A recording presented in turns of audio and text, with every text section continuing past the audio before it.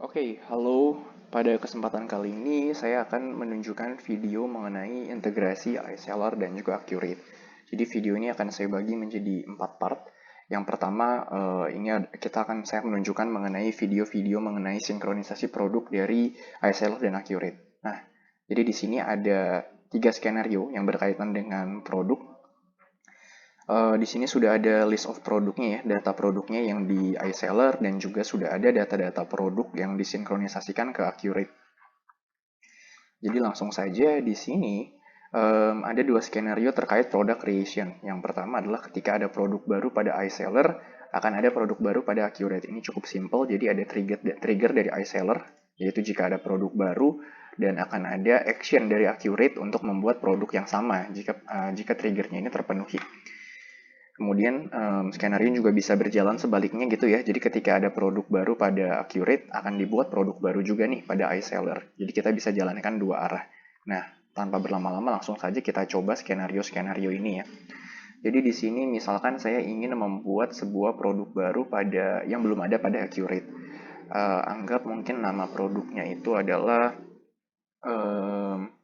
iSeller ebook gitu misal ya. Ini belum ada kan? Oke. Jadi kita akan buat produk di sini namanya iSeller ebook.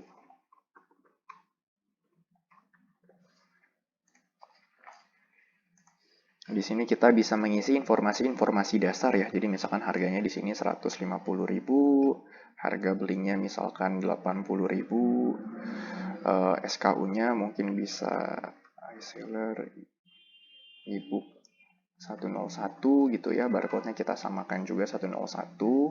Terus ini kita nonaktifkan dulu biar nggak error. Kemudian di sini inventory-nya kalau bisa kita aktifkan ya by default, karena di Accurate ini semua produk ini bisa di-track inventory-nya, jadi bisa kita langsung inikan saja. Dan oh iya, untuk stok juga di sini untuk stok nanti perlu di-update-nya tersendiri ya, karena produk pada Accurate dan iSeller ini untuk sinkronisasi produk ini nggak termasuk sama stoknya. Stok itu karena dia ada fitur tersendiri lagi nih di persediaan. Oke, tapi ya I think we're good. Kita coba aja langsung bikin produk baru nih. Dan ya produknya sudah terbuat gitu ya. Berhubung ini trigger yang dipakai ini sistemnya polling bukan webhook, jadi akan butuh waktu beberapa menit nih nanti untuk segera bisa kita cek apakah ada produk namanya iSeller ebook. Tapi sambil menunggu, kita langsung aja coba bikin sebaliknya nih, sekarang dari Accurate ke iSeller.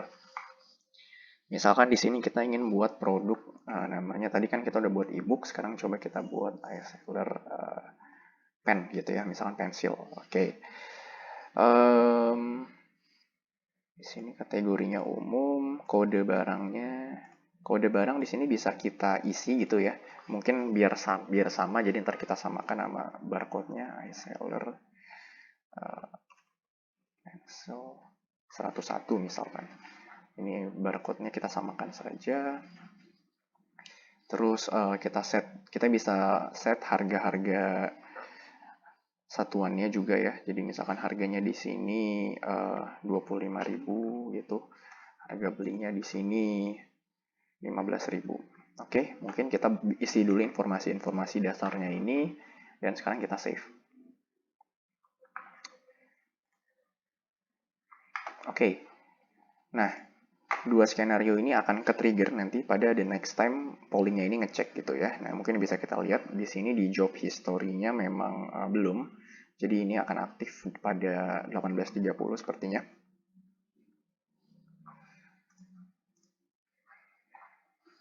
Ya, bisa kita cek lagi. Nah, ya, ini sudah masing-masing sudah ke-trigger ya. Ketika ada produk baru pada iSeller, akan ada pembuatan produk baru pada Accurate dan begitupun sebaliknya. Jadi ini mungkin kita refresh dulu. Oke, sudah komplit nih ya. Jadi kita lihat di dua yang teratas ini dua sudah komplit. Jadi sekarang bisa kita tes. Di sini apakah sudah ada iSeller ebook. Dan ya, ini sudah ada ya iSeller ebook.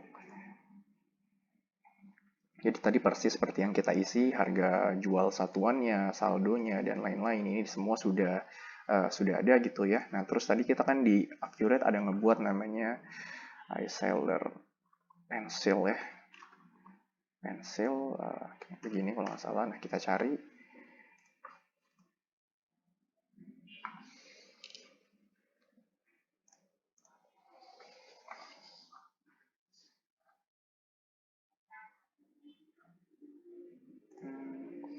Sebentar.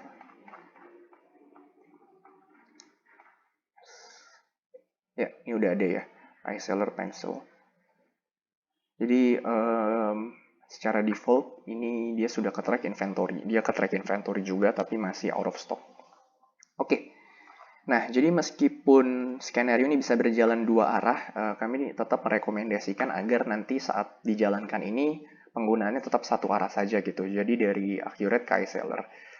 Untuk saat ini lebih rekomendasi kami adalah jalankannya dari Accurate ke iSeller ya. Jadi kalau mau buat produk baru pada Accurate, nah baru ditambahkan pada iSeller.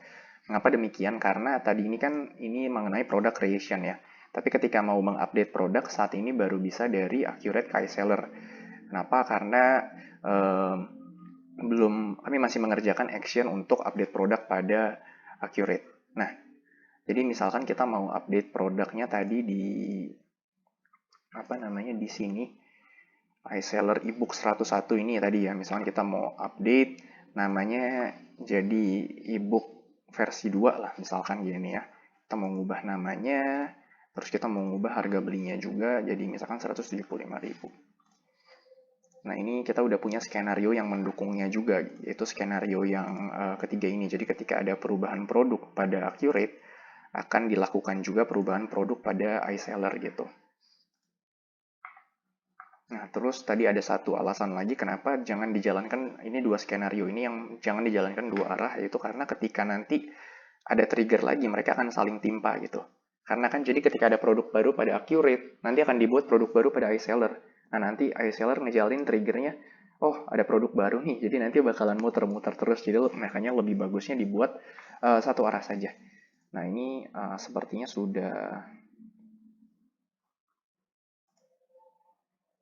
ini ya, iSeller ebook. Oke. Nah, jadi kita lihat lagi nih tadi yang iSeller ebooknya, produk yang iSeller ebook.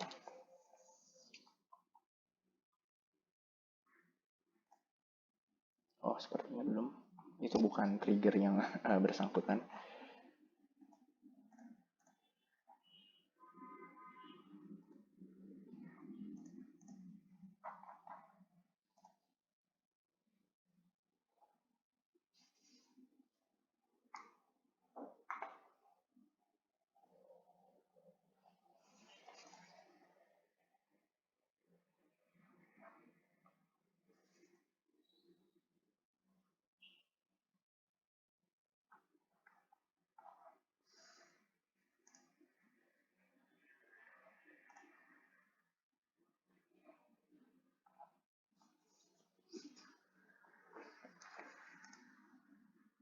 Oke.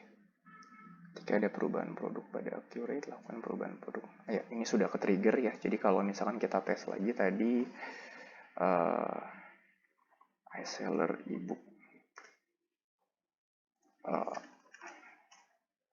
Ya, nah ini sudah berubah ya namanya tadi dari iSeller ebook berubah jadi iSeller ebook V2 dan harga jualnya juga berubah jadi 175.000. Jadi kira-kira demikian mengenai sinkronisasi produk untuk dari iSeller dan Accurate. Selanjutnya kita akan membahas mengenai yang stok.